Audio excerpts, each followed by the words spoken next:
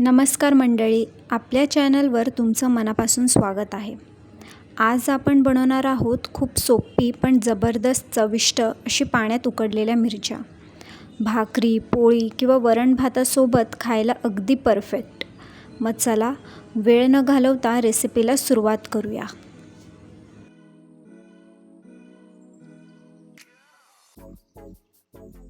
रेसिपीसाठी लागणारे साहित्य येथे मी 100 ग्राम हिरव्या मिरच्या घेतल्या आहेत। तुम्ही आपण नेहमी जे हिरव्या तिखट मिरच्या वापरतो ते सुद्धा तुम्ही येथे घेऊ शकता। आणि एक लिंबू घेतलेला आहे। तर सर्वप्रथम आपण ज्या मिरच्या आहेत ते स्वच्छ पाण्याने धुवून घेऊया।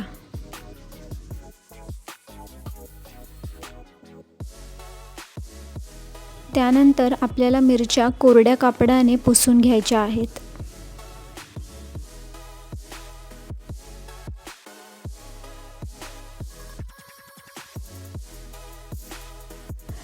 त्यानंतर मिरचीच्या टोकापासून ते देठाकडे सरळ एक लांब चीर द्यायची आहे। पूर्ण आपल्याला इथे 2 भाग नाही करायचे आहेत, फक्त मधोमध उघडेल इतकी आपल्याला चीर द्यायची आहे। तिखटपणा जर तुम्हाला कमी करायचा असल्यास तर चीर दिल्यावर जे आतल्या बिया आहे, जो आतला भाग आहे तो तुम्ही काढून टाकू शकता। आता असंच आपल्याला ज्या सगळ्या मिरच्या आहेत त्यांना मधोमध आपल्याला कट करून घ्यायचं आहे।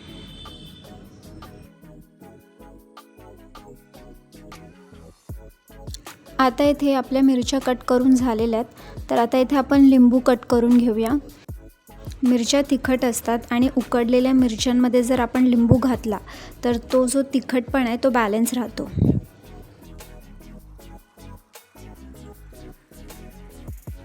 तर इथे आपले लिंबू सुद्धा कट करून झालेले आहेत। आता इथे एका पॅनमध्ये आपल्याला थोडंसं तेल घालायचं आहे। तेल गरम झालं की त्यात आपल्याला थोडीशी राई घालायची आहे।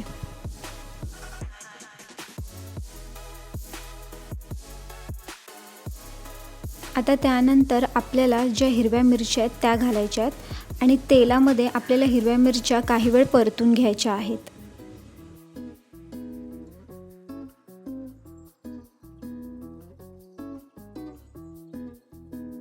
आता आपण झाकण ठेवून काही वेळ मिरच्या परतून देऊया।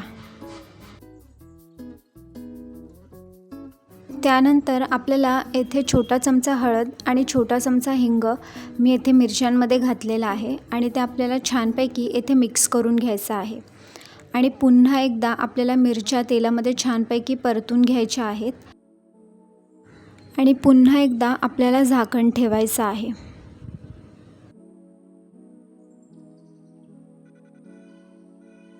आता आपल्याला यात चवीनुसार मीठ घालायचं आहे आणि छानपैकी मिरच्या आपल्याला मिक्स करून घ्यायच्या आहेत।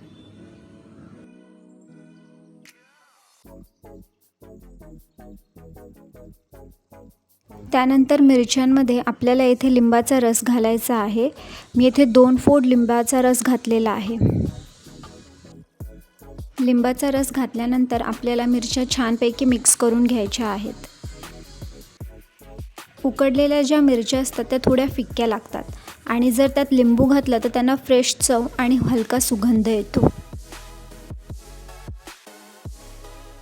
आता त्यानंतर आपण जे लिंबू कट केलेले होते बारीक ते आपल्याला यात मिरच्यांमध्ये घालायचे आहेत आणि छानपैकी मिक्स करून घ्यायचं आहे। आता काही वेळासाठी आपण झाकण ठेवून मिरच्यांना थोड्या वेळ परतून घेऊया।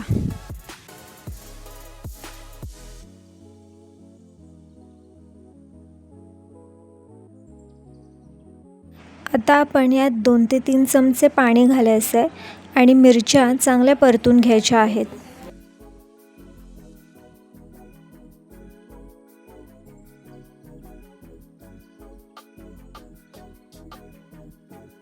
आता येथे आपण मिरच्यांमध्ये थोडासा गूळ घालणार आहोत।